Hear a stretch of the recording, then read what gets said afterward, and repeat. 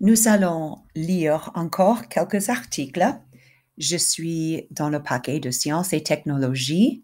Je suis à la page 20 et on va regarder l'article qui s'appelle Génération Techno.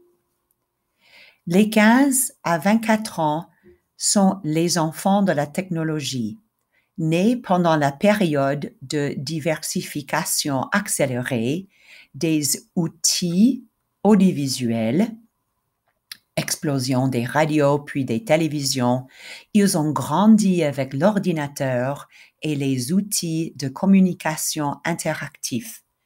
Leur taux d'équipement témoigne de l'avance qu'ils ont dans ce domaine sur les autres générations. 77% disposaient ainsi d'un ordinateur à domicile, contre 59% de l'ensemble de la population. Ils représentaient 26% des internautes et 47% des blogueurs, alors qu'ils ne comptent que 16% de la population. Leur usage de ces nouvelles technologies est également plus intense. 86% sont connectés au moins une fois par mois, contre 50% de la population. Leur durée de connexion est plus longue et leurs usages plus diversifiés. Ils utilisent davantage les ressources de l'interactivité et sont plus que les autres à la recherche de convivialité sur les sites, forums et autres plateformes d'échange et de partage, y compris ceux de fichiers musicaux ou de vidéos.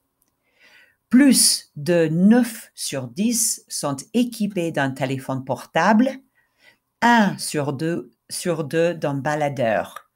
Ils font enfin preuve d'une plus grande maîtrise de ces outils, ce qui leur permet de se les approprier, parfois de les détourner.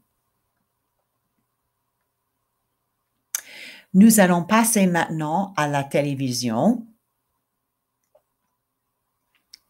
Le paysage audiovisuel français a beaucoup changé depuis les premiers temps de la télé. Pendant longtemps, il n'y a eu que 3 chaînes publiques et gratuites, TF1, France 2 et France 3. Il y a aujourd'hui 18 chaînes gratuites, dont 6 chaînes publiques et 11 privées. Alors, c'est-à-dire en France aujourd'hui, there are 18 public TV stations, 6 of which are public and 11 are private. Plusieurs de ces mêmes chaînes sont les premières en Europe à diffuser une partie de leurs programmes en HD, haute définition. En 1944, la première chaîne payante et cryptée, Canal+, est née.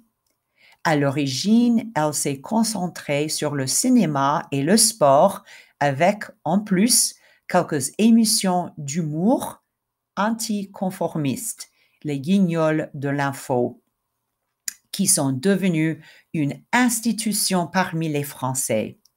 L'expérience de Canal+ a révélé que beaucoup de Français étaient prêts à payer pour avoir à leur disposition une chaîne plus diversifiée que les chaînes gratuites. Plus récemment, un bouquet de chaînes de télévision par satellite s'est ajouté à la croissance de stations thématiques en France. Dans le domaine de la télévision payante, il faut aussi compter les chaînes câblées comme Planète Découverte ou la chaîne Histoire, où l'on trouve beaucoup de documentaires. Au total, la télévision payante, 11 chaînes, soit les chaînes par satellite, soit les chaînes câblées, connaît une progression importante dans sa part de l'audience télévisuelle en France, même si la plupart de ses abonnés la trouvent plutôt chère. Il existe donc plusieurs types de télévision télévisuelle.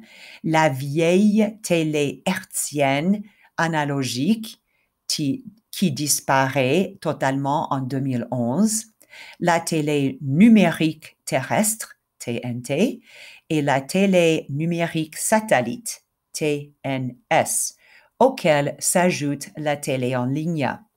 Malgré cette variété d'offres chez les Français, on ne passe pas plus de temps qu'avant devant le petit écran. Un peu plus de 3 heures par jour en moyenne pour les 15 à 60 ans.